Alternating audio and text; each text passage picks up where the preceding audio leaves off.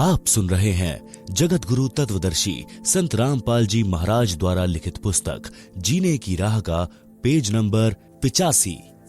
सत्संग में जाने से बड़ी आपत्ति टल जाती है। परमेश्वर कबीर जी कहते हैं, संत शरण में आने से आई टले बला, जय भाग्य में सूली हो कांटे में टल जाए। भावार्थ, समर्थ कबीर परमेश्वर के कृपा पात्र सच्चे गुरु यानी सतगुरु से दीक्षा लेने वाले भक्त भक्तमती की परमात्मा रक्षा करता है।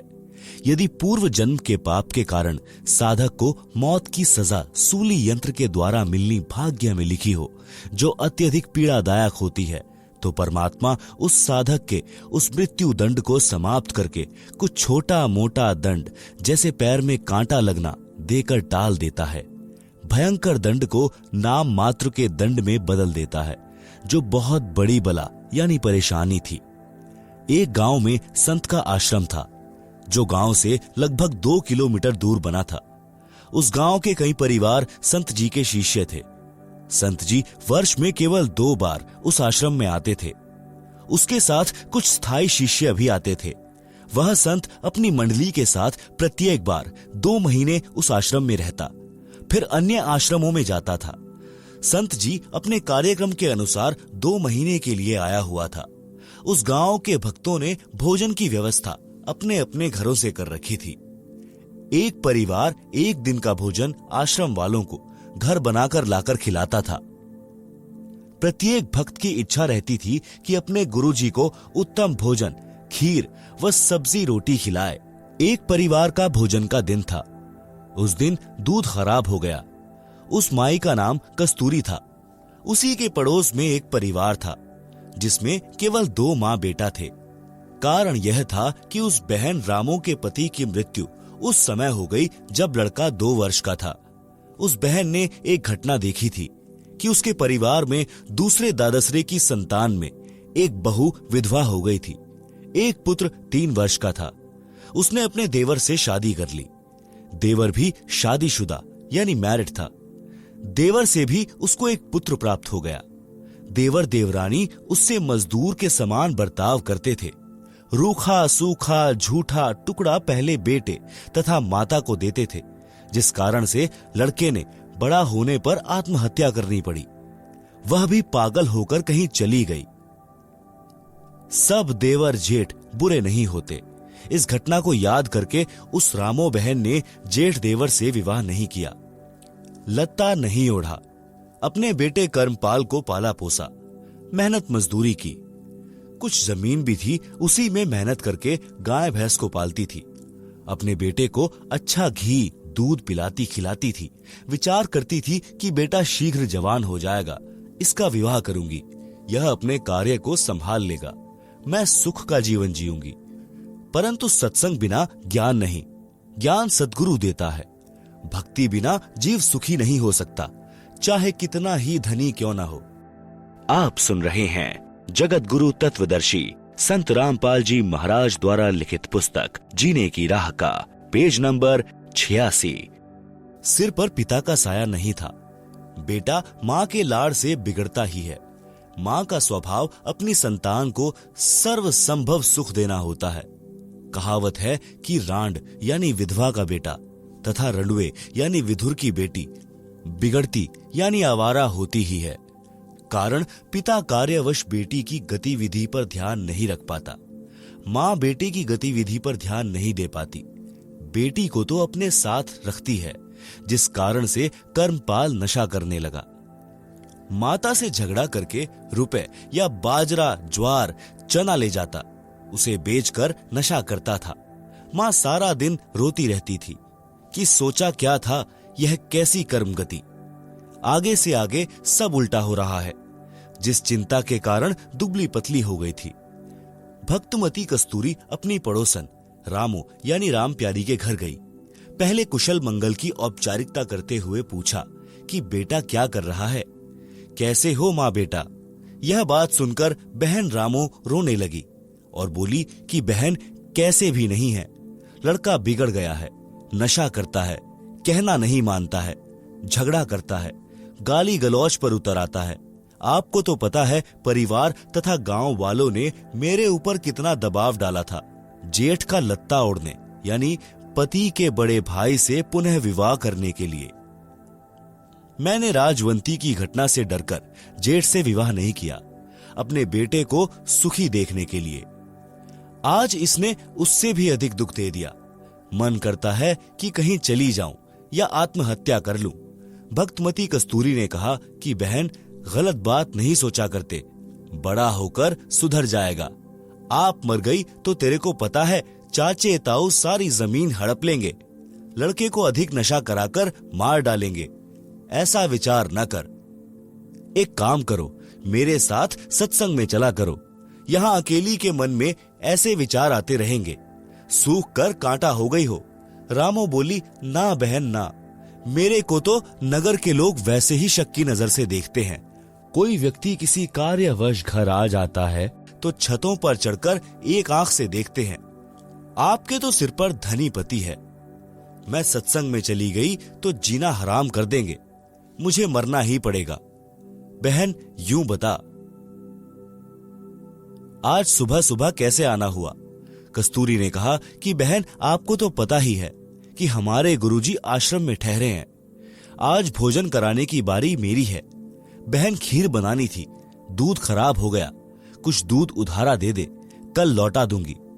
यह बात सुनकर बहन रामो में करंट सा आया और दूध निकालकर बाल्टी खूंटी यानी हैंगर से लटका रखी थी। उठकर सारा का सारा दूध कस्तूरी की बाल्टी में डाल दिया। कस्तूरी ने कहा कि बहन कुछ तो रख ले। रामो बोली, बहन न जाने कौन से जन्म का पुण्य उदय हुआ है, मुझ निर्भाग का दूध पुण्य में लगेगा। बस बहन ले जा, संतों भक्तों को भोजन करा। कस्तूरी बहन आश्चर्यचकित थी कि सारा का सारा दूध तो मैं सत्संगी होते हुए भी नहीं दे सकती थी, किलो 2 किलो तो रखती। बहन रामो को तो सत्संग की प्रेरणा की आवश्यकता है। आप सुन रहे हैं जगत गुरु तत्वदर्शी संत रामपाल जी महाराज द्वारा लिखित पुस्तक जीने की राह का पेज नंबर 87। उस दिन तो कस्तूरी को समय नहीं मिला। अगले दिन के 11-12 बजे रामो के घर गई। गांव में 12 से 2 तक दिन का समय महिलाओं को बातें करने का मिल जाता है। 2 घंटे तक सत्संग की बातें जो गुरुजी से सुनी थी सारी बताई, परंतु लोक लाज के कारण रामो मानने को तैयार नहीं थी। बहन कस्तूरी ने बताया कि हे बहन, आपने मीराबाई का नाम सुना है? रामो बोली कि हाँ, कृष्ण जी की भक्तिन थी। कस्तूरी बोली कि वह मंदिर में जाती थी। ठाकुर परिवार में जन्म था। महिलाओं को घर से बाहर जाने पर प्रतिबंध था, परंतु मीराबाई ने किसी की परवाह नहीं की। फिर उसका विवाह राजा से हो गया। राणा जी धार्मिक विचार के थे। उसने मीरा को मंदिरों में जाने से नहीं रोका, अपितु लोक चर्चा से बचने के लिए मीरा जी के साथ 3-4 महिला नौकरानी भेजने लगा, जिस कारण से सब ठीक चलता रहा। कुछ वर्ष पश्चात मीरा जी के पति की मृत्यु हो गई। देवर राजगद्दी पर बैठ गया। उसने कुल के लोगों के कहने से मीरा को मंदिर में जाने से मना किया, परंतु मीराबाई जी नहीं मानी, जिस कारण से राजा ने मीरा को मारने का षड्यंत्र रचा। विचार किया कि ऐसी युक्ति बनाई जाए कि यह भी मर जाए और बदनामी भी ना हो। राजा ने विचार किया कि इसे कैसे मारे। राजा ने कहा कि सपेरे एक ऐसा सर्प ला दे कि डिब्बे को खोलते ही खोलने वाले को डंक मारे और व्यक्ति मर जाए। ऐसा ही किया गया। राणा जी ने अपने लड़के का जन्मदिन मनाया। उसमें रिश्तेदार तथा अन्य गणमान्य व्यक्ति आमंत्रित किए। राजा ने मीरा जी की बांदी यानी नौकरानी से कहा कि ले, यह बेशकीमती हार है, मेरे बेटे का जन्मदिन है, दूर दूर से रिश्तेदार आए हैं। मीरा को कह दे कि सुंदर कपड़े पहनकर इस हार को गले में पहन ले, नहीं तो रिश्तेदार कहेंगे कि अपनी भाभी जी को अच्छी तरह नहीं रखता। मेरी इज्जत बेइज्जती का सवाल है। बांदी ने उस आभूषण के डिब्बे को मीराबाई को दे दिया और राजा का आदेश सुना दिया। उस आभूषण के डिब्बे में विशैला काले सफेद रंग का सर्प था। मीरा ने बांदी के सामने ही उस डिब्बे को खोला। उसमें हीरे मोतियों से बना हार था। मीराबाई ने विचार किया कि यदि मैं हार नहीं पहनूंगी तो व्यर्थ का झगड़ा होगा। मेरे लिए तो यह मिट्टी है। यह विचार करके मीरा जी ने वह हार गले में डाल लिया। राजा का उद्देश्य था कि आज सर्प डंक से मीरा की मृत्यु हो जाएगी तो सबको विश्वास हो जाएगा कि राजा का कोई हाथ नहीं है। हमारे सामने सर्प डसने से मीरा की मृत्यु हुई है। कुछ समय उपरांत राजा मंत्रियों सहित तथा कुछ रिश्तेदारों सहित मीरा के महल में गया तो मीराबाई जी के गले में सुंदर महंगा हार देखकर राणा बौखला गया और बोला, बच्चलन, यह हार किस यार से लाई है? मीराबाई जी के आंखों में आंसू थे। बोली कि आपने ही तो बांदी के द्वारा भिजवाया था, वही तो है। बांदी को बुलाया तथा पूछा कि वह डिब्बा कहाँ है। बांदी ने पलंग के नीचे से निकाल कर दिखाया, यह रहा राजा जी जो आपने भेजा था। राजा वापिस आ गया। राजा ने सोचा कि अब की बार इसको विष मैं अपने सामने पिलाऊंगा, नहीं पिएगी तो सिर काट दूंगा। आप सुन रहे हैं जगत गुरु तत्वदर्शी संत रामपाल जी महाराज द्वारा लिखित पुस्तक जीने की राह का पेज नंबर 88। मीराबाई को विष से मारने की व्यर्थ कोशिश। एक सपेरे से कहा कि भयंकर विष ला दे जिसे जीभ पर रखते ही व्यक्ति मर जाए। ऐसा विष लाया गया। राजा ने मीरा से कहा कि यह विष पी ले, अन्यथा तेरी गर्दन काट दी जाएगी। मीरा ने सोचा कि गर्दन काटने में तो पीड़ा होगी, विष पी लेती हूं। मीरा ने विष का प्याला परमात्मा को याद करके पी लिया, लेकिन उन्हें कुछ नहीं हुआ। सपेरा बुलाया और उससे कहा कि यह नकली विष लाया है। सपेरे ने कहा कि वह प्याला कहाँ है। उसे प्याला दिया गया। सपेरे ने उस प्याले में दूध डालकर एक कुत्ते को वहीं पिला दिया। कुत्ता दूसरी बार जीभ भी नहीं लगा पाया था, मर गया। राजा ने देख लिया कि यह किसी तरह मरने वाली नहीं है, तब उसको मंदिर जाने से नहीं रोका। उसके साथ कई नौकरानी तथा पुरुष रक्षक भी भेजने लगा कि लोग यह नहीं कहेंगे कि आवारागर्दी में जाती है। मीरा को सतगुरु शरण मिली।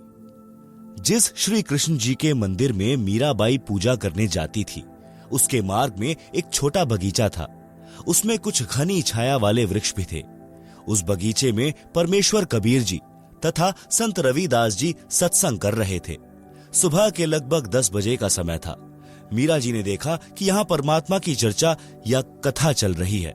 कुछ देर सुनकर चलते हैं। परमेश्वर कबीर जी ने सत्संग में संक्षिप्त सृष्टि रचना का ज्ञान सुनाया। कहा कि श्री कृष्ण जी यानी श्री विष्णु जी से ऊपर अन्य सर्वशक्तिमान परमात्मा है। जन्म मरण समाप्त नहीं हुआ तो भक्ति करना न करना समान है। जन्म मरण तो श्री कृष्ण जी, श्री विष्णु जी का भी समाप्त नहीं है। उसके पुजारियों का कैसे होगा? जैसे हिंदू संत जन कहते हैं कि गीता का ज्ञान श्री कृष्ण अर्थात श्री विष्णु जी ने अर्जुन को बताया। गीता ज्ञान दाता गीता अध्याय 2 श्लोक 12, अध्याय 4 श्लोक 5, अध्याय 10 श्लोक 2 में स्पष्ट कर रहा है कि हे अर्जुन, तेरे और मेरे बहुत जन्म हो चुके हैं। तू नहीं जानता, मैं जानता हूं। इससे स्वसिद्ध है कि श्री कृष्ण जी का भी जन्म मरण समाप्त नहीं है, यह अविनाशी नहीं है। इसीलिए गीता अध्याय 18 श्लोक 62 में गीता बोलने वाले ने कहा है कि हे भारत, तू सर्व भाव से उस परमेश्वर की शरण में जा। उस परमेश्वर की कृपा से ही तू सनातन परम धाम को तथा परम शांति को प्राप्त होगा। परमेश्वर कबीर जी के मुख कमल से ये वचन सुनकर परमात्मा जी के लिए भटक रही आत्मा को नई रोशनी मिली। सत्संग के उपरांत मीराबाई जी ने प्रश्न किया कि हे महात्मा जी, आपकी आज्ञा हो तो शंका का समाधान करवाऊं। कबीर जी ने कहा कि प्रश्न करो बहन जी। आप सुन रहे हैं जगत गुरु तत्वदर्शी संत रामपाल जी महाराज द्वारा लिखित पुस्तक जीने की राह का पेज नंबर 89। प्रश्न, हे महात्मा जी, आज तक मैंने किसी से नहीं सुना कि श्री कृष्ण जी से ऊपर भी कोई परमात्मा है। आज आपके मुख से सुनकर मैं दोराहे पर खड़ी हो गई हूँ। मैं मानती हूँ कि संत झूठ नहीं बोलते। परमेश्वर कबीर जी ने कहा कि आपके धार्मिक अज्ञानी गुरुओं का दोष है, जिन्हें स्वयं ज्ञान नहीं कि आपके सदग्रंथ क्या ज्ञान बताते हैं। देवी पुराण के 3 स्कंद में श्री विष्णु जी स्वयं स्वीकारते हैं कि मैं यानी विष्णु, ब्रह्मा तथा शंकर नाशवान है। हमारा आविर्भाव यानी जन्म तथा तिरोभाव यानी मृत्यु होता रहता है। लेख समाप्त।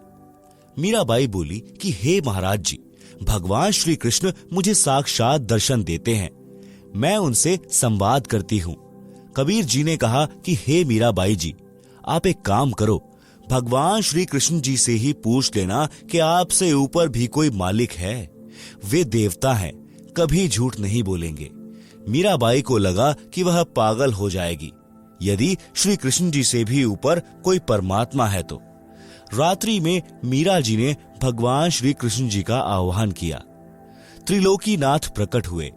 मीरा ने अपनी शंका के समाधान के लिए निवेदन किया कि हे प्रभु, क्या आपसे ऊपर भी कोई परमात्मा है? एक संत ने सत्संग में बताया है। श्री कृष्ण जी ने कहा कि मीरा, परमात्मा तो है, परंतु वह किसी को दर्शन नहीं देता। हमने बहुत समाधि व साधना करके देख ली है। मीराबाई जी ने सत्संग में परमात्मा कबीर जी से यह भी सुना था कि उस पूर्ण परमात्मा को मैं प्रत्यक्ष दिखाऊंगा, सत्य साधना करके उसके पास सतलोक में भेज दूंगा। मीराबाई ने श्री कृष्ण जी से फिर प्रश्न किया कि क्या आप जीव का जन्म मरण समाप्त कर सकते हो? श्री कृष्ण जी ने कहा कि यह संभव नहीं। कबीर जी ने कहा था कि मेरे पास ऐसा भक्ति मंत्र है जिससे जन्म मरण सदा के लिए समाप्त हो जाता है। वह परम धाम प्राप्त होता है जिसके विषय में गीता अध्याय 15 श्लोक 4 में कहा है कि तत्व ज्ञान तथा तत्वदर्शी संत की प्राप्ति के पश्चात परमात्मा के उस परम धाम की खोज करनी चाहिए, जहां जाने के पश्चात साधक फिर लौटकर संसार में कभी नहीं आते। उसी एक परमात्मा की भक्ति करो। मीराबाई ने कहा कि हे भगवान श्री कृष्ण जी, संत जी कह रहे थे कि मैं जन्म मरण समाप्त कर देता हूँ, अब मैं क्या करूं? मुझे तो पूर्ण मोक्ष की चाह है। श्री कृष्ण जी बोले कि मीरा, आप उस संत की शरण ग्रहण करो, अपना कल्याण कराओ। मुझे जितना ज्ञान था वह बता दिया।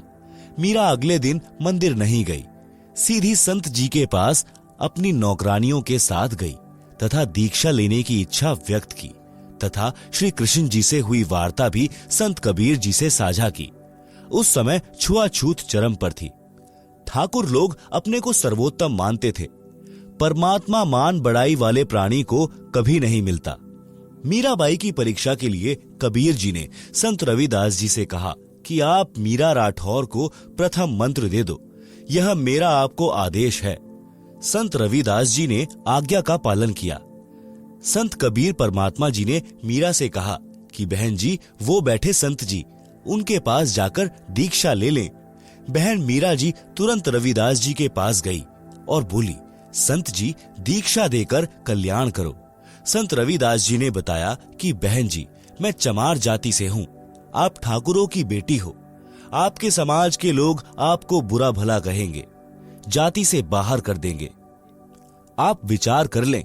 मीराबाई अधिकारी आत्मा थी, परमात्मा के लिए मर मिटने के लिए सदा तत्पर रहती थी। बोली, संत जी, आप मेरे पिता, मैं आपकी बेटी, मुझे दीक्षा दो, भाड़ में पड़ो समाज। कल को कुतिया बनूंगी तब यह ठाकुर समाज मेरा क्या बचाव करेगा। सत्संग में बड़े गुरुजी यानी कबीर जी ने बताया है कि कुल करनी के कारणे हंसा गया बिगोए, तब कुल क्या कर लेगा जब चार पांव का होए।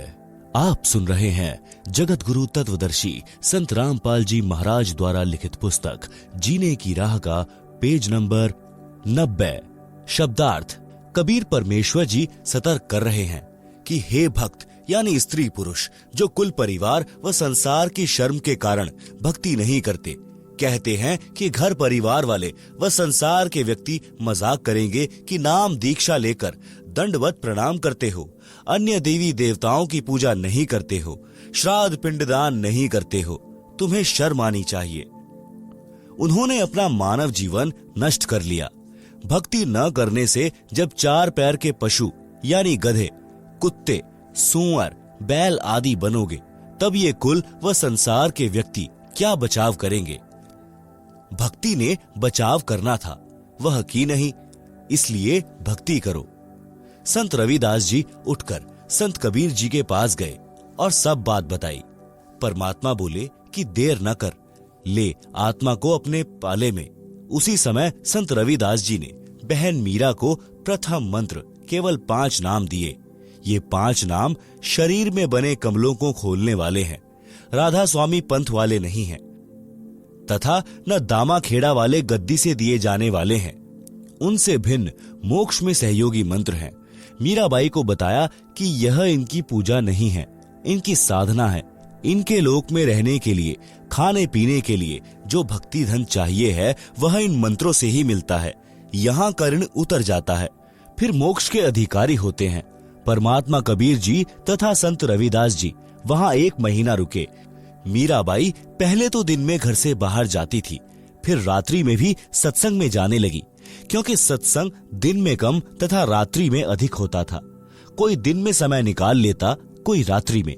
मीरा के देवर राणा जी मीरा को रात्रि में घर से बाहर जाता देखकर जल भुन गए, परंतु मीरा को रोकना तूफान को रोकने के समान था। इसलिए राणा जी ने अपनी मौसी जी यानी मीरा की माता जी को बुलाया और मीरा को समझाने के लिए कहा कि इसने हमारी इज्जत का नाश कर दिया। बेटी माता की बात मान लेती है। मीरा की माता ने मीरा को समझाया। मीरा ने उसका तुरंत उत्तर दिया। शब्द सत्संग में जाना मीरा छोड़ दे, आए म्हारी लोग करें तकरार। सत्संग में जाना मेरा ना छूटे री, चाहे जल के मरो संसार। थारे सत्संग के राहे में आहे वहां पे रहते हैं काले नाग, कोए कोए नाग तने डस लेवे, जब गुरु म्हारे मेहर करें री, अरी वह तो सर्प गंडेवे बन जावे। थारे सत्संग के राहे में आहे वहां पे रहते हैं बबरी शेर, कोए कोए शेर तने खा लेवे, जब गुरुआ की मेहर फिरे री, आरी व तो शेरों के गीदड़ बन जावे। थारे सत्संग के बीच में आहे वहां पे रहते हैं साधु संत, कोए कोए संत तने ले रमे, तेरे री मन में माता पाप है री। संत मेरे माँ बाप है री, आरी ये तो कर देंगे बेड़ा पार, वो तो जात चमार है, इसमें मारी हार है। तेरे री लेखे माता चमार है री, मेरा सिरजनहार है री, आरी वे तो मीरा के गुरु रविदास। आप सुन रहे हैं जगत गुरु तत्वदर्शी संत रामपाल जी महाराज द्वारा लिखित पुस्तक जीने की राह का पेज नंबर 91। शब्दार्थ। मीराबाई की माता ने कहा कि हे मीरा, तू सत्संग में जाना बंद कर दे। संसार के व्यक्ति हमारे विषय में गलत बातें करते हैं। मीरा ने कहा कि हे माता, मैं सत्संग में जाना बंद नहीं करूंगी। संसार भले ही ईर्ष्या की आग में जलकर मर जाए। माता ने मीरा को भय कराने के लिए बताया कि जिस रास्ते से तू रात्रि में सत्संग सुनने के लिए जाती है, उस रास्ते में सर्प तथा सिंह रहते हैं, वे तुझे मार देंगे। मीरा ने उत्तर दिया कि मेरे गुरुजी इतने समर्थ हैं, वे कृपा करेंगे तो सिंह तो गीदड़ की तरह व्यवहार करेंगे और सर्प ऐसे निष्क्रिय हो जाएंगे जैसे गंडेवे प्राणी होते हैं। जो सर्प जैसे आकार के होते हैं, परंतु 6 या 8 इंच के लंबे और आधा इंच गोलाई के मोटे होते हैं, वे डसते नहीं। मीरा की माता ने फिर कहा कि सत्संग सुनने वाले स्थान पर कुछ युवा भक्त पुरुष भी रहते हैं, कोई तेरे को कहीं ले जाएगा और गलत कार्य करेगा। मीरा ने उत्तर दिया कि हे माता, आपके मन में दोष है, इसीलिए आपके मन में ऐसे विचार आए हैं। हे माता, वे संत व भक्त तो मेरे माता पिता के समान हैं, वे ऐसा गलत कार्य नहीं करते। मीरा की माता ने छुआछूत के कारण मीरा को रोकना चाहा। कहा कि हे मीरा, तेरा गुरु रविदास तो अनुसूचित जाति का चमार है, इससे हम राजपूतों की बेइज्जती हो रही है, सत्संग में जाना बंद कर दे। मीरा ने कहा कि हे माता, आपके विचार से मेरे गुरुजी अनुसूचित जाति के चमार हैं, मेरे लिए तो मेरे परमात्मा हैं, मैं उनकी बेटी, वे मेरे पिता हैं, सत्संग में जाना बंद नहीं होगा। यह कथा सुनकर राम प्यारी यानी रामू की आंखें सी खुल गई। अगले दिन कस्तूरी के साथ सत्संग में गई और एक सत्संग सुनते ही दीक्षा ले ली। फिर एक दिन के भोजन की सेवा मांगी। सब परिवारों ने कहा कि बहन, हम अपनी सेवा नहीं छोड़ सकते। गुरुजी अगली बार आएंगे, तब तेरी बारी लगवा देंगे। भक्तमती रामो को तो पल की भी चैन नहीं थी, रोने जैसा चेहरा कर लिया। उसी समय कस्तूरी बोली कि बहन, आगे जब मेरी बारी आएगी तो सुबह का भोजन मैं करा दूंगी, रात्रि का आप करा देना। आप सुन रहे हैं जगत गुरु तत्वदर्शी संत रामपाल जी महाराज द्वारा लिखित पुस्तक जीने की राह का पेज नंबर 92। रामों की खुशी का ठिकाना नहीं रहा, कहीं कहीं पैर टिके। बारी आने पर रात्रि का भोजन तैयार किया। खीर, हलवा, सब्जी, मांडे यानी पतले रोटी फुलके बनाए। परंतु लीला सद्गुरु की, रामों को तेज बुखार हो गया। शरीर अंगार की तरह जलने लगा, एक कदम भी चलने की हिम्मत नहीं रही। उसी समय रामों का लड़का आ गया। बहन रामो ने कहा कि बेटा, आज मेरा एक काम कर दे, तेरा जिंदगी भर एहसान नहीं भूलूंगी। बेटा, मैंने गुरु बनाया है, आज रात्रि का भंडारा तेरी ताई भक्तमती कस्तूरी की बारी से मांग कर लिया है। बेटा देख, मेरे को तेज बुखार हो गया है, बदन आग की तरह जल रहा है, चलने की हिम्मत नहीं है। लड़का बोला कि मुझे समय नहीं है, मैं ना देकर आऊं भोजन आश्रम में। माताजी, आप उस आश्रम में ना जाया करो, मुझे आपके बारे में बहुत कुछ सुनना पड़ता है। यह सुनकर भक्तमती रामो फूट फूट कर रोने लगी। लड़के को दया आई, परंतु झुंझलाकर बोला, कहाँ है भोजन, दे आता हूं। रामो बहन तुरंत उठी और सब भोजन दे दिया। लड़का उस भोजन को एक तसले में रखकर आश्रम में ले गया। रामो गुरुजी से बार बार निवेदन करती थी कि गुरुजी, लड़का नशा करता है, घर की ठौर बिटोड़ा कर रखा है, बात नहीं मानता, उसको भी शरण में ले लो महाराज। अगले दिन लड़के को आश्रम में देखकर अन्य भक्त तथा भक्तमती कहने लगे कि गुरुजी ने सुन ली रामो दुखिया की, बेटा स्वयं भोजन लेकर आ गया।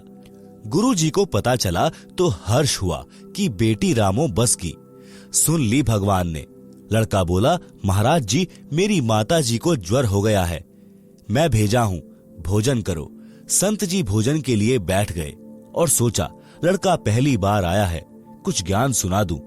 संत जी ने कहना शुरू किया कि बेटा, माता पिता की सेवा करनी चाहिए, उनकी आज्ञा का पालन करना चाहिए, मोक्ष के लिए गुरु बनाकर सत्य भक्ति करनी चाहिए।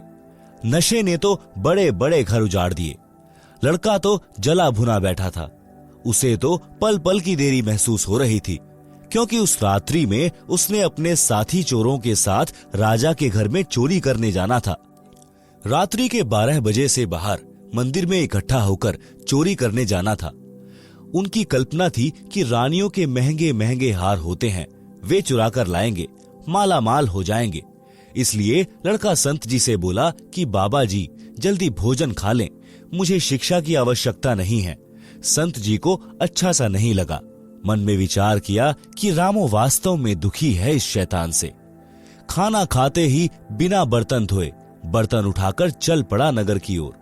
आधे रास्ते से अधिक तय करने के पश्चात उसके पैर में मोटी शूल यानी कीकर का कांटा लग गई। पैर में बहुत पीड़ा हुई, चलने में भी कठिनाई हुई। जैसे तैसे घर आया। आंगन में बर्तन पटक कर लगा अपनी माता को उल्हाने देने। आज ही तेरे गुरुजी के दर्शन किए, आज ही मेरे भाग फूट गए, मेरे पैर में कांटा लग गया, मैं चलने लायक भी नहीं रहा। आज के पश्चात आश्रम की ओर मुख करके भी न सोऊं। रामो का बुखार हल्का हो चुका था। शीघ्र उठी और कांटा लगे पैर को धोया। उसके ऊपर तेल की गाद यानी तेल के नीचे जमा मैल को कपड़े से बांध दिया और सुबह कांटा निकलवाने की योजना बनाई। लड़का अपनी माता से बहुत लड़ा, ओछी मंदी बातें भी कही, क्योंकि लड़के कर्मपाल को तो चोरी में शामिल न होने के कारण बहुत बड़ी हानि हुई लग रही थी। जैसे तैसे सुबह हुई, लड़के का कांटा निकलवा दिया। आप सुन रहे हैं जगत गुरु तत्वदर्शी संत रामपाल जी महाराज द्वारा लिखित पुस्तक जीने की राह का पेज नंबर 93। माता यानी रामो घर के कार्य में लग गई। कुछ देर में एक बैंड बाजा बजता हुआ आया। नगर निवासियों को पता होता था कि इस प्रकार का साज उस समय शहर में बजाया जाता है जब किसी को मौत की सजा दी जाती है। इसलिए प्रत्येक व्यक्ति अपने अपने घरों के बाहर खड़े हो जाते थे और जाना करते थे कि किसको किस कारण सूली तोड़ा जा रहा है। राजा के सिपाही उन चारों व्यक्तियों से कहलवा रहे थे कि अपना दोष बताओ। वे कह रहे थे कि हम राजा के घर चोरी करने गए थे, हमने घोर अपराध किया है, आज शाम को हमें सूली पर चढ़ाया जाएगा। कोई सुनता हो तो कभी ऐसी गलती ना करना। कर्मपाल को अपने साथी चोरों को पहचानते देर नहीं लगी और माजरा भी समझ गया। रामो बोली कि ठीक हुआ, और करना चोरी, तुम्हें यही सजा चाहिए थी, करके खाया नहीं जाता। रामो अपने घर में चली गई। कर्मपाल द्वार पर भयभीत स्थिति में डरा डरा सा खड़ा रहा। फिर घर में जाकर जोर जोर से रोने लगा। रामो ने देखा कि कर्मपाल क्यों रो रहा है। पूछा कि बेटा क्या हो गया? कांटा भी निकल गया, अब क्या दर्द हो रहा है? कर्मपाल उठा और अपनी माता के सीने से लिपट गया। बोला, माँ, भला हो आपके गुरुजी का, जिसने तेरे बेटे की सूली की सजा कांटे में टाल दी। माँ, आज तेरा बेटा सूली चढ़ना था। माँ, आप कैसे जीवित रहती? रामो बोली कि मेरा बेटा क्या चोर है? क्यों टूटता सूली? चोरों को सजा मिलती है। कर्मपाल बोला, हाँ माँ, तेरा बेटा चोर था। आज के बाद कसम है माँ तेरी, कभी नशा नहीं करूंगा। आपके साथ सत्संग में चला करूंगा, आपके साथ घर के काम में हाथ बटाऊंगा। मैं अपनी जिंदगी में अपनी माँ को कभी दुखी नहीं करूंगा। रामो बोली कि रे निकम्मे, चोरी भी तो करने लग गया था। लड़का बोला कि हाँ माँ, पक्का चोर हो गया था। धन्य है आपके सतगुरु, धन्य है मेरी माँ, जिसे ऐसे महापुरुष की शरण मिली है। माँ, आज ही चल, मुझे दीक्षा दिलाकर ला। रामो तुरंत लड़के को भक्तमती कस्तूरी के पास ले गई। सब वृतांत बताया। कस्तूरी भी सब कार्य छोड़कर उनके साथ आश्रम में गई और गुरुजी का धन्यवाद किया। सब घटना को बताया, लड़के को नाम दिलाया। एक अन्य गांव के सत्संगी परिवार की लड़की से कर्मपाल का विवाह हो गया। पूरा परिवार सत्संग में आने लगा तथा सेवा करके सुखी जीवन जीने लगा। रामो तो सत्संग के रंग में ऐसी रंगी, जब जब सतगुरुजी मंडली समेत आकर आश्रम में रुकते, वह तो सुबह चली जाती, देर शाम को आती और सेवा करती, बर्तन साफ करती, गुरुजी के वस्त्र धोती। सत्संग का तो एक शब्द भी नहीं छोड़ती थी। एक समय सर्दी का मौसम था। सुबह 10 बजे सत्संग शुरू हुआ। आप सुन रहे हैं जगत गुरु तत्वदर्शी संत रामपाल जी महाराज द्वारा लिखित पुस्तक जीने की राह का पेज नंबर 94। गुरुजी ने रामो से बोला कि बेटी, वस्त्र धोला नदी पर, धूप थोड़ी देर रहती है, सत्संग के बाद जाएगी तो वस्त्र सूख नहीं पाएंगे। रामो बहन वस्त्र बाल्टी में डालकर चल पड़ी। नदी थोड़ी दूरी पर थी। कपड़े पानी में बाल्टी में भिगोकर सोडा डाल दिया। सोचा कि जितनी देर वस्त्र सोडा में भीगेंगे तब तक सत्संग सुनाती हूँ। आश्रम के बाहर दीवार के साथ कान लगाकर सत्संग वचन सुनने लगी। सत्संग समापन पर सत साहिब की ध्वनि सुनी तो रामो को कपड़े याद आए। दौड़ी दौड़ी नदी की ओर चली और डरी हुई थी कि आज तो गलती हो गई, गुरुजी के वचन की अवहेलना हो गई, मेरे ऊपर डांट पड़ेगी। गुरुजी नाराज हो गए तो मेरी तो सेवा पर पानी फिर जाएगा। हे भगवान, यह कौन बनी? इन्हीं विचारों में नदी पर पहुंची तो देखा कि बाल्टी खाली थी और वस्त्र धोकर झाड़ियों पर सुखा रखे थे जो सूख चुके थे। रामो उन बहनों से बोली जो पहले से नदी पर अपने वस्त्र धो रही थी कि हे बहनों, ये वस्त्र आपने धोकर सुखाए हैं क्या? सब अन्य महिलाएं रामो की ओर देखने लगी। एक बोली कि बहन, तेरा दिमाग चल गया है क्या या मजाक कर रही है? आप स्वयं तो कपड़े धो रही थी बेसब्री होकर, हमारे भी छींटे लग रहे थे, तेरे को टोका भी था कि धीरे धीरे कपड़े धो। तू खुद झाड़ियों पर सुखा कर गई थी, अब क्या भांग का नशा कराई है? रामो रोने लगी और सब कपड़े उठाकर बाल्टी में डालकर आश्रम की ओर चली। आश्रम में किसी सेवादार ने रामो को आश्रम के बाहर बैठे सत्संग सुनते देर तक देखा था। उसने गुरुजी को बताया कि आज आपके कपड़े गीले ही रहेंगे, क्योंकि रामो तो सत्संग समापन तक बाहर दीवार के कान लगाकर सत्संग सुन रही थी, अभी गई है कपड़े धोने। इतने में रामो ने आश्रम में प्रवेश किया और कपड़े गुरुजी के पास रखकर फूट फूट कर रोने लगी। संत जी ने कपड़े छुए तो पूर्ण रूप से सूखे थे। रामू से रोने का कारण पूछा तो बताया कि गुरुजी, आपने दुखी होकर स्वयं कपड़े धोए हैं। मेरे से गलती हो गई। मैंने ऐसे ऐसे सोचा था कि कुछ देर सत्संग सुनकर कपड़े धोऊंगी, परंतु ध्यान नहीं रहा। गुरुजी बोले कि बेटी, परमात्मा कबीर जी रामो बनकर कपड़े धो गए हैं। ज्यों बच्छा गऊ की नजर में, यूं साई कू संत, भक्तों के पीछे फिरे भक्त वत्सल भगवंत। शब्दार्थ, जैसे गाय अपने बच्चे के ऊपर एक टक नजर रखती है कि कोई पशु पक्षी या मनुष्य मेरे बच्चे को मार न दे, इसी प्रकार परमात्मा अपने भक्त के ऊपर दृष्टि रखता है। जैसे गाय का बच्चा खेलता कूदता किसी ओर दौड़ जाता है तो गाय भी उसके पीछे पीछे उसकी सुरक्षा के लिए दौड़ती है। इसी प्रकार परमात्मा जो भक्तों का हितकारी है, अपने भक्तों के पीछे पीछे फिरता है, उनकी सुरक्षा के लिए साथ रहता है।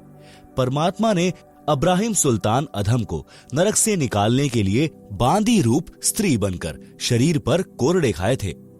बेटी, दुखी ना हो, तेरा उद्देश्य गलत नहीं था। परमात्मा तो सच्ची लगन व भाव के भूखे हैं। रामो शांत हुई, सत्संग से रामो बस गई, मोक्ष भी मिला।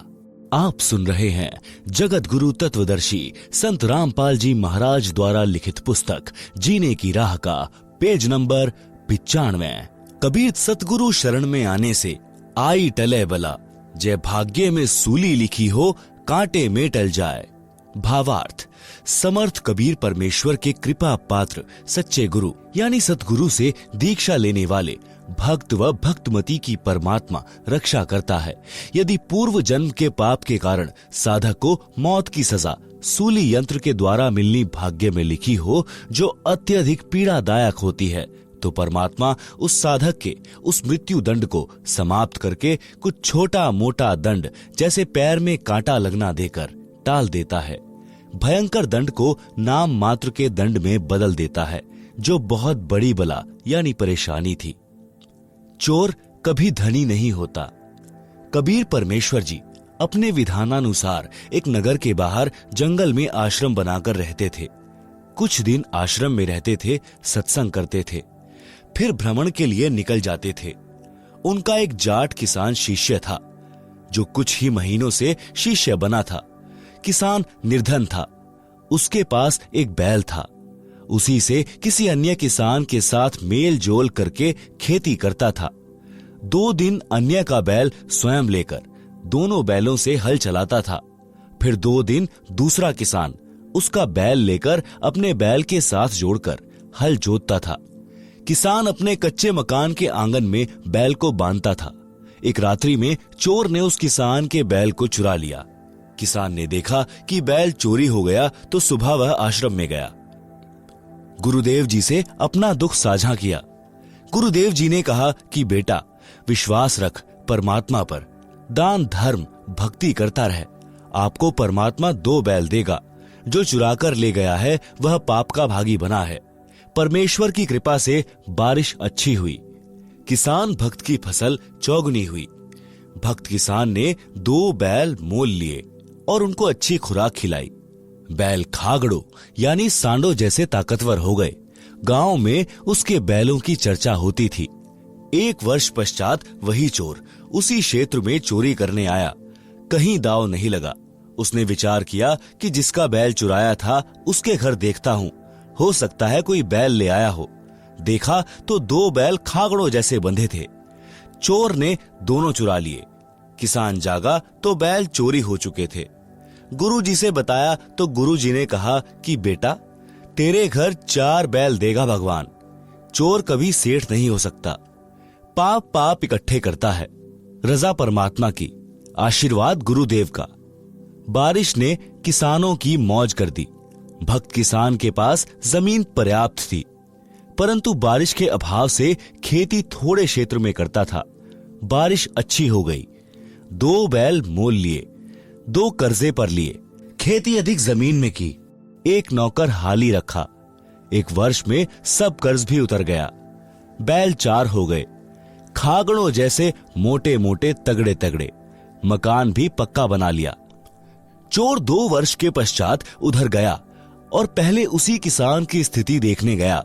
चोर ने देखा कि 4 बैल सांडों जैसे बैठे थे और चोर के पास 2 दिन का आटा शेष था। अधिक निर्धन हो गया था। आप सुन रहे हैं जगत गुरु तत्वदर्शी संत रामपाल जी महाराज द्वारा लिखित पुस्तक जीने की राह का पेज नंबर 96। चोर ने किसान को रात्रि में नींद से उठाया तो किसान बोला, कौन हो आप? चोर ने कहा कि मैं चोर हूं जिसने तेरे 3 बैल चुराए थे। किसान बोला, भाई मेरी नींद खराब ना कर, तू अपना काम कर, परमात्मा अपना कर रहा है, मुझे सोने दे। चोर ने पैर पकड़ लिए और बोला, हे देवता, मेरे से अब चोरी नहीं हो रही। एक बात बता, आपका चोर आपके सामने खड़ा है, आप पकड़ भी नहीं रहे हो। हे भाई, तेरा 1 बैल मैंने चुराया, तेरे घर अगले वर्ष 2 बैल खांकड़ों जैसे बंधे थे, वे दोनों भी मैं चुरा ले गया। आज 2 वर्ष पश्चात आपके आंगन में 4 बैल खांकड़ों जैसे बंधे हैं। मेरा सर्वनाश हो चुका है, बालक भी भूखे रहते हैं। मुझे मार चाहे छोड़, मुझे तेरे विकास का राज बता। मैं भी जाट किसान हूं, जमीन भी है, निर्धनता बेअंत है। भक्त किसान ने उसको कहा कि आप स्नान करो, खाना खाओ। चोर ने वैसा ही किया। फिर भक्त उस चोर को आश्रम में लेकर गया, गुरुदेव से सब घटना बताई। गुरुदेव ने चोर को समझाया। 7-8 दिन भक्त किसान ने अपने घर पर रखा और प्रतिदिन गुरु जी से मिलाकर सत्संग सुनाया। चोर ने दीक्षा ली। गुरु जी ने कहा कि भक्त बेटा, नए भक्त को 1 बैल दे दे उधारा, खेती करेगा तेरे पैसे लौटा देगा। भक्त ने कहा, गुरु जी ठीक है। भक्त किसान ने नए भक्त को 1 बैल दे दिया। नया भक्त प्रति महीना सत्संग में आता था। पूरे परिवार को नाम यानी दीक्षा दिला दिया। 2 वर्ष में वित्तीय स्थिति अच्छी हो गई। 1 बैल तथा 3 पहले वाले यानी चोरी वाले बैलों के रुपए लेकर चोर भक्त उस किसान भक्त के घर आया। उसके बच्चे भी साथ थे। किसान भक्त से उस चोर भक्त ने सब पैसे देकर कहा कि मुझे क्षमा करना, आपका उपकार मेरी 7 पीढ़ी भी नहीं उतार पाएगी। पुराना भक्त बोला कि हे भाई, यह सब गुरुदेव जी की कृपा है, उनका वचन फला है। आप यह सब रुपए गुरु जी को दान रूप में दो। मेरे को तो उन्होंने पहले ही कई गुना बैलों की पूंजी दे दी थी, मेरे काम की नहीं। दोनों भक्त गुरु जी के पास गए और सर्वदान राशि चरणों में रख दी। गुरु जी ने भोजन भंडारा यानी लंगर में लगा दी। सत्संग किया। इस प्रकार चोरी का धन मोरी में जाता है, भक्त सदा फलता फूलता है। संस्कार छूत के रोग की तरह फैलते हैं। अच्छे तथा बुरे संस्कार संक्रमण रोग की तरह फैलते हैं। जैसे भक्त के हाथ से बोए गए बीज में भी भक्ति संस्कार प्रवेश होते हैं। जो उस अन्न को खाता है उसमें भी भक्ति की प्रेरणा होती है। यदि कोई नशा करने वाला तथा किसी प्रकार के अन्य विचारों को मन में मंथन करता हुआ हाली बीज बोता है तो उस बीज में भी उसके विचार प्रवेश होते हैं जो उस अन्न को खाने वाले को प्रभावित करते हैं। उदाहरण, एक बहन ने गुरु दीक्षा ले रखी थी। उसके घर पर गुरुजी आए तथा साथ में एक शिष्य भी था। उस बहन की बहन भी किसी कार्यवश उसी दिन आ गई। आप सुन रहे हैं जगत गुरु तत्वदर्शी संत रामपाल जी महाराज द्वारा लिखित पुस्तक जीने की राह का पेज नंबर 97। उसका दामाद मृत्यु को प्राप्त हो गया था। लड़की के छोटे छोटे बच्चे थे। वह बहुत चिंतित थी। रह रहकर विचार उठ रहे थे कि बेटी का निर्वाह कैसे होगा। बेटी तो उजड़ गई। देवर जेठ किसी के नहीं होते। बच्चों को कौन पालेगा? हे भगवान, यह क्या बनी? कौन से जन्म का पाप आड़े आ गया? उपदेशी बहन भोजन बनाने लगी तो उसकी बहन उसकी सहायता करने लगी। अधिक भोजन उस बहन ने बनाया जिसका दामाद मर गया था। संत भक्त खाना खाकर सो गए। सुबह भक्त ने गुरुदेव जी से कहा कि हे गुरुदेव, आज रात्रि में निद्रा के दौरान मन बहुत दुखी रहा, जैसे मेरा दामाद मर गया। बेटी के छोटे छोटे बच्चे हैं, उनकी बेहद चिंता सताती रही। इनका क्या होगा, कैसे निर्वाह होगा? गुरुजी ने अपनी शिष्या से पूछा कि बेटी, रात्रि का भोजन किसने बनाया था? उसने उत्तर दिया कि मेरी छोटी बहन आई है, उसने बनाया था। संत ने पूछा कि उसको कोई कष्ट है क्या? शिष्या ने उत्तर दिया कि गुरुदेव, कष्ट तो बहुत ज्यादा है। लड़की के छोटे छोटे बच्चे हैं, दामाद की मृत्यु हो गई है। सारा सारा दिन मेरी बहन इसी चिंता में रहती है। दिन में कई कई बार यह कहती रहती है कि बेटी का क्या होगा, कैसे बच्चों का पालन करेगी। गुरुजी ने शिष्य को बताया कि उस बेटी के विचार भोजन में प्रविष्ट हुए और खाने वाले को प्रभावित किया। मेरे को भी यही परेशानी सारी रात रही थी। इसी प्रकार यदि भक्ति, नाम स्मरण या आरती या संतों की वाणी का मनन करते करते भोजन बनाया जाए तो खाने वाले में वे सुसंस्कार, अच्छी प्रेरणा करते हैं। भक्ति की रुचि बढ़ती है। कोई हाली गाने रागनी गाता हुआ बीज बोता है या खाना बनाने वाली गाने या रागनी गाते हुए भोजन बनाती है तो उस अन्न में वे संस्कार प्रवेश हो जाते हैं। उसे खाने वाले का स्वभाव भी उसी प्रकार बकवाद करने को प्रेरित होता है, जिसका परिणाम वर्तमान 1997 के आसपास में दिखाई दे रहा है। अच्छाई में कम, बुराई में अधिक संख्या में मानव लगा है। यदि संतों की वाणी, पाठ, आरती, स्मरण करने वालों की संख्या अधिक हो जाएगी तो वातावरण भक्तिमय हो जाएगा। प्रत्येक व्यक्ति के मन में भक्त जैसे भाव उपजेंगे। उस वातावरण को बनाने के लिए घर घर में आरती, रामायणी तथा नित्य नियम चलना चाहिए। गुरु से दीक्षा लेकर नाम का स्मरण करना चाहिए, जिससे वातावरण में भक्ति के विचारों के तत्व अधिक भर जाएंगे तथा बुरे संस्कारों वाले विचार ऊपर उठ जाएंगे। भक्ति संस्कार ऑक्सीजन जानो तथा बुरे विचार कार्बन डाइऑक्साइड समझें। ऑक्सीजन रूपी भक्ति संस्कार के सिलेंडर खोलने पड़ेंगे, यानी सदग्रंथ साहिब के पाठ पर पाठ करने पड़ेंगे तथा तीनों समय की संध्या यानी नित्य कर्म करने होंगे, स्मरण करना होगा। भक्ति करने वालों की संख्या बढ़ेगी तो भक्ति के विचार भी पृथ्वी पर अधिक फैलेंगे, जिनसे प्रत्येक के मन में शांति का आभास होगा। सत्संग करने किसी के घर जाते थे तो पहले दिन तो हमारा भी मन अशांत सा हो जाता था। फिर प्रत्येक भक्त अपनी अपनी रामायणी, सुबह के नित्य नियम, शाम की आरती तथा स्मरण करते। फिर सत्संग सुनाता, तब उस घर से बुरे विचार यानी कुसंस्कार निकल जाते। सुसंस्कारों की अधिकता होने से मन शांत होता। जब हम सत्संग या पाठ करके अगले गांव जाने लगते थे तो पूरा परिवार रोने लग जाता था। उनको इतनी शांति संत व भक्तों के संग में मिलती थी। उन संस्कारों का प्रभाव महीनों रहता है। यदि नाम लेकर प्रतिदिन की तीनों संध्या व स्मरण परिवार के लोग करने लग जाएं तो वह शांति सदा बनी रहती है। जो बीड़ी हुक्का में तमाकू यानी तंबाकू पीता है और वह बीज बोता है तो उस अन्न में भी तमाकू की वासना यानी सूक्ष्म तत्व प्रवेश कर जाते हैं। उस अन्न को खाने वाले में भी तमाकू सेवन करने की प्रेरणा बन जाती है, जिस कारण से नशा तेजी से युवाओं में बढ़ रहा है। जब तक बच्चे हैं तब तक तो पिता, चाचा, ताऊ, दादाजी के डर से तंबाकू सेवन नहीं करते, परंतु युवा होते ही वे संस्कार प्रबल हो जाते हैं और नशे की आदत शीघ्र पड़ जाती है। मेरा उद्देश्य है कि मानव समाज से नशा तथा अन्य सर्व बुराई जड़ से समाप्त करके धरती पर स्वर्ग बनाऊं। परमात्मा कबीर जी का कहा वचन साकार हुआ देखना चाहता हूं। उन्हीं की प्रेरणा व शक्ति से यह अनमोल कार्य सफल हो सकता है। यह दास तथा मेरे अनुयायी सच्ची नीयत से इस मिशन की सफलता के लिए प्रयत्नशील हैं।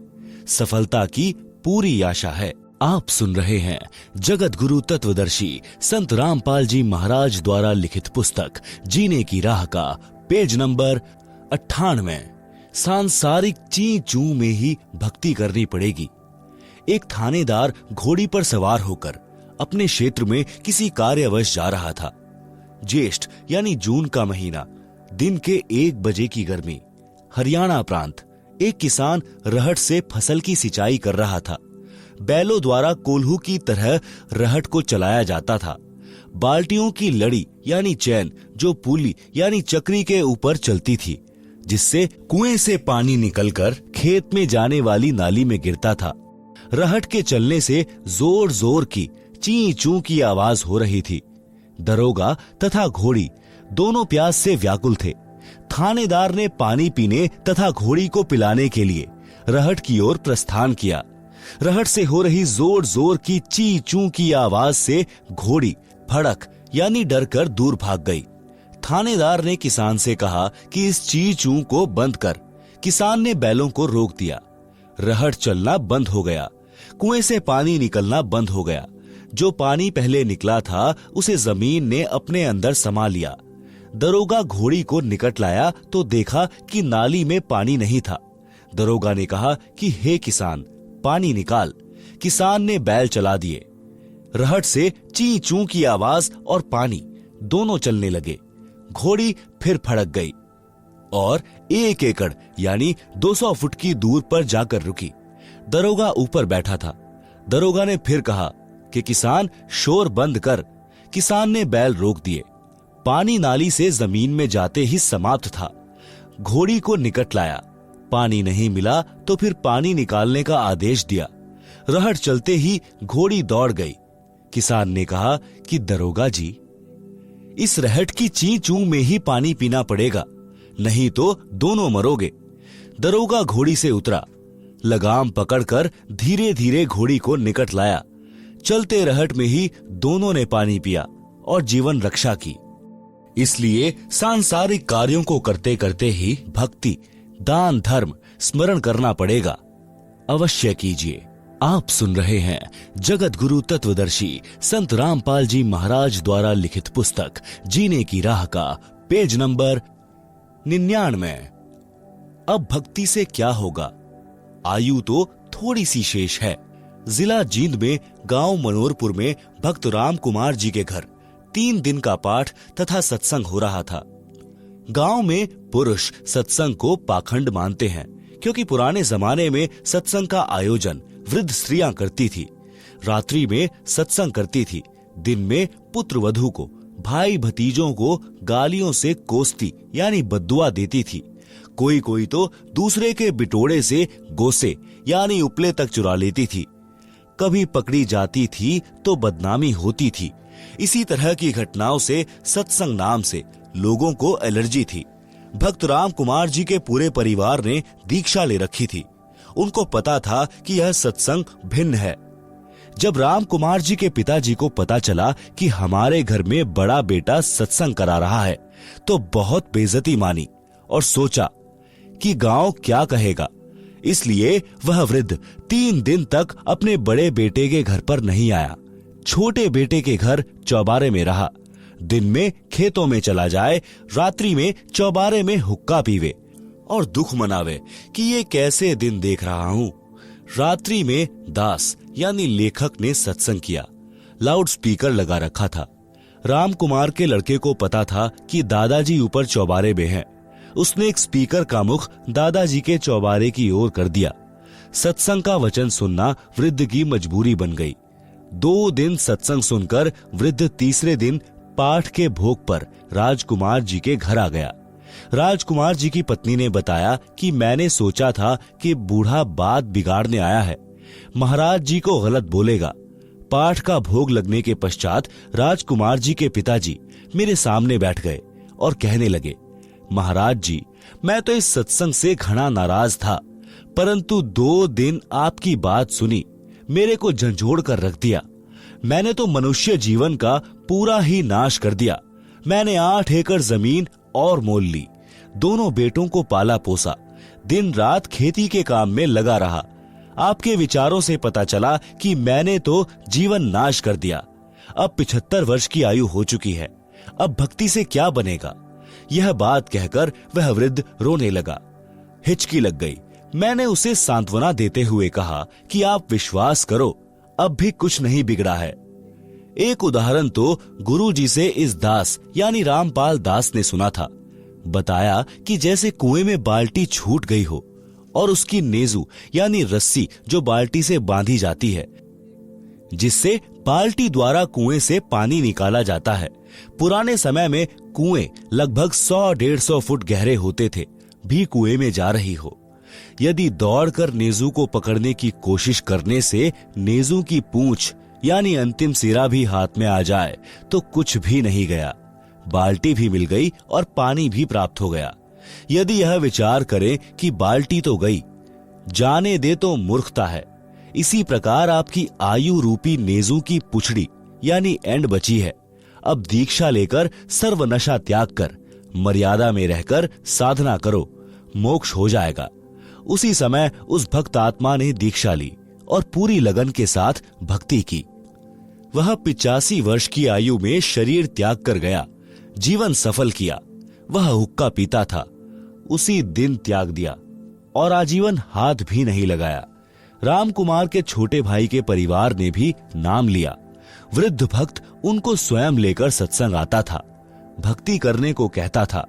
गांव मनोहरपुर के लोग आश्चर्यचकित थे कि इतना हुक्का पीने वाले ने कैसे हुक्का छोड़ दिया।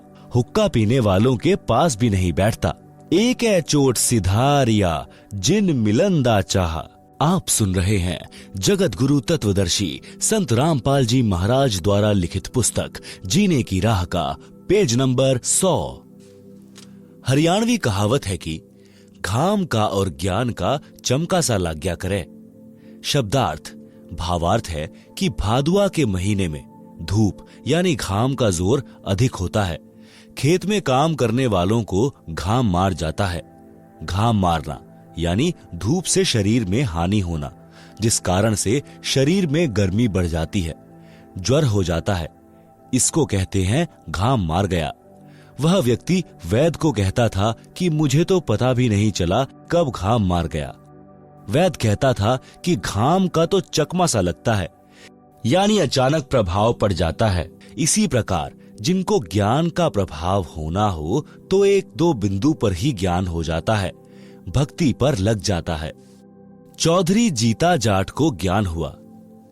गांव खेखड़ा, जिला बागपत, उत्तर प्रदेश में लगभग 275 वर्ष पूर्व एक जीता राम जाट था। 900 बीघा जमीन थी। गांव का नंबरदार था, सबसे धनी तथा पंचायती आदमी था। सत्य का पक्ष लेता था, झूठ को महत्व नहीं देता था। उसी गांव खेखड़ा में एक संत घीसादास जी उस समय में सत्संग किया करते थे। वे चमार जाति से थे। उस समय छुआछूत चरम पर थी। संत घीसादास जी को परमेश्वर कबीर जी लगभग 7-8 वर्ष की आयु में जंगल में मिले थे। उनको यथार्थ ज्ञान तथा दीक्षा देकर अंतर्ध्यान हो गए थे। बड़े होकर संत श्री घीसादास जी सत्संग करने लगे। आसपास के व्यक्ति सत्संग सुनकर दीक्षा लेकर संकट मुक्त होने लगे। दिन में अपने निर्वाह के लिए कार्य करते तथा रात्रि में सत्संग सुनते थे। महीने में 2 दिन सत्संग करते थे। रात्रि के सत्संग में स्त्रियां पुरुष दोनों जाते थे। गांव में चर्चा चलने लगी कि रात्रि में स्त्रियों का जाना उचित नहीं है, कुछ भी अप्रिय घटना हो सकती है, इसलिए सत्संग को बंद करा दिया जाए। गांव खेखड़ा की पंचायत हुई। पंचायत में सत्संग बंद कराने का निर्णय लिया गया और यह संदेश स्वयं पंचायत का प्रमुख चौधरी जीताराम जी को कहा गया। चौधरी जीताराम जी संत घीसाराम जी के घर गए। उस दिन सत्संग चल रहा था। आप सुन रहे हैं जगत गुरु तत्वदर्शी संत रामपाल जी महाराज द्वारा लिखित पुस्तक जीने की राह का पेज नंबर 101। गांव की पंचायत के फैसले की चर्चा पूरे गांव में हो चुकी थी। जब चौधरी जीताराम जी पहुंचे तो सत्संग श्रोताओं को लगा कि चौधरी साहब जाट दिमाग के हैं, संत जी से झगड़ा करेंगे। जीताराम जी घर से लाठी लेकर चले थे, जो रास्ते में एक वृक्ष के साथ खड़ी करके आगे चले। विचार आया कि भक्त कोई झगड़ा थोड़े ही करते हैं, अच्छी सभा में लाठी लेकर जाना पंचायती को शोभा नहीं देता। सत्संग चल रहा था। चौधरी साहब ने विचार किया कि कुछ इसकी बात सुनता हूं, फिर कह सुन लूंगा। सत्संग में वही ज्ञान बताया गया जो आप जी हरलाल जी के प्रकरण में पढ़ाए हैं। चौधरी साहब तो भावुक हो गए। आंखों से आंसुओं की धारा बह चली। उठकर संत घीसा जी के चरणों में सिर रख दिया और कहा कि हे गुरुदेव, मुझ अपराधी को मार चाहे छोड़, गलती बहुत बड़ी कर दी है। मैं तुच्छ जीव सत्संग बंद करने का आदेश लेकर आया हूं। क्षमा करो प्रभु, आप दिल खोलकर सत्संग करो, कोई नहीं रोकेगा। संत घीसा जी ने कहा कि चौधरी साहब, जो काम करने आए थे वह कीजिए। जीता जाट फिर रोने लगा और बोला, क्षमा करो, मुझे दीक्षा दो। चौधरी जीताराम जाट जी भक्त बन गए। स्वयं भी रात्रि में सत्संग सुनने लगा।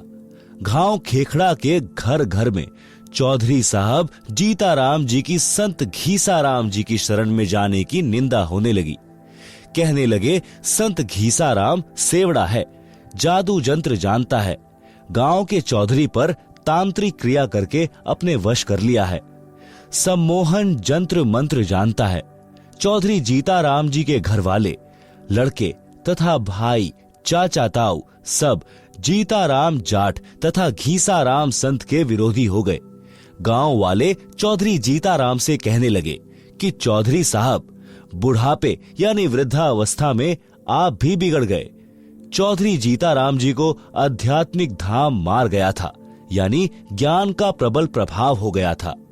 वह कहते थे कि हे गांव वालों, मेरे तो भाग्य जाग गए जो मैं भक्त बन गया और आपकी नजर में बिगड़ गया। भगवान करे मेरे की ढब यानी तरह तुम सारे बिगड़ जाओ, बिना बिगड़े काम नहीं चलेगा।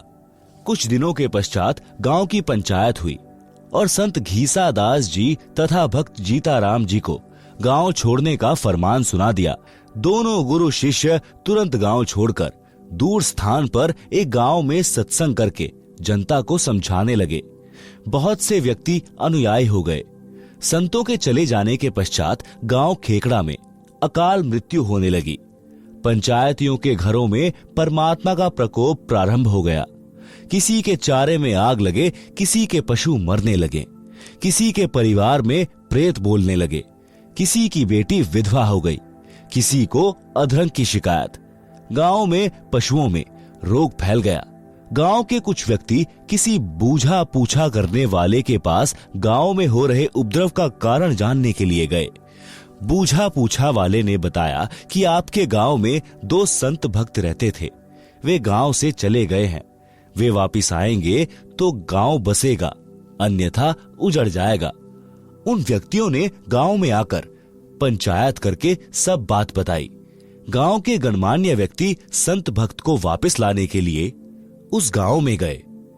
भक्त जीता दास ने गुरुजी घीसा दास जी से कहा कि लगता है गुरुदेव, यहां से भी निकलवाने गांव वाले आ गए हैं, देखो वे आ रहे हैं। संत घीसा दास जी बोले, रख लो चद्दर कंधे पर, चलते बनेंगे। इतने में गांव के चौधरी निकट आ गए और अपने अपने सिर के साफे यानी खंड के संत घीसा व भक्त जीता जी के चरणों में रख दिए। सब लोग बोले, महाराज जी गलती क्षमा करो। आपके आने के पश्चात गांव उजड़ने लग रहा है, बचाया जाए तो बचा लो, नहीं तो हम भी यहीं आपके पास ही रहेंगे। उस गांव के व्यक्ति भी इकट्ठे हो गए। सर्व घटना का पता चला। वर्तमान गांव वाले कहने लगे कि चौधरियों, तुम बसोगे तो हम उजड़ेंगे। जब से ये 2 देवता गांव में आए हैं, गांव में किसी की तू मैं भी नहीं हुई। 2 बार बारिश हो चुकी है, देखो फसल लहला रही है। खेखड़ा वालों ने विशेष विनय की तो दोनों महापुरुषों ने लौटने की हां कर दी और वर्तमान गांव वालों से कहा कि हम समय समय पर आते रहेंगे। प्रत्येक पूर्णमासी को आप खेखड़ा आया कीजिए, परमात्मा कबीर जी सब ठीक रखेंगे। दोनों महापुरुषों के आते ही पूरे गांव में पूर्ण शांति हो गई। पशुधन स्वस्थ हो गया। अगले दिन भारी बारिश हो गई। किसान लोग फूले नहीं समा रहे थे। 36 बिरादरी खुश थी। सब उपद्रव बंद हो गए। आज तक उस गांव में संत घीसा दास जी तथा भक्त जीता दास जी के नाम के मेले लगते हैं। संत गरीब दास जी ने कहा है कि जिस मंडल साधु नहीं, नदी नहीं गुंजार, तज हंसा वह देशड़ा जम की मोटी मार।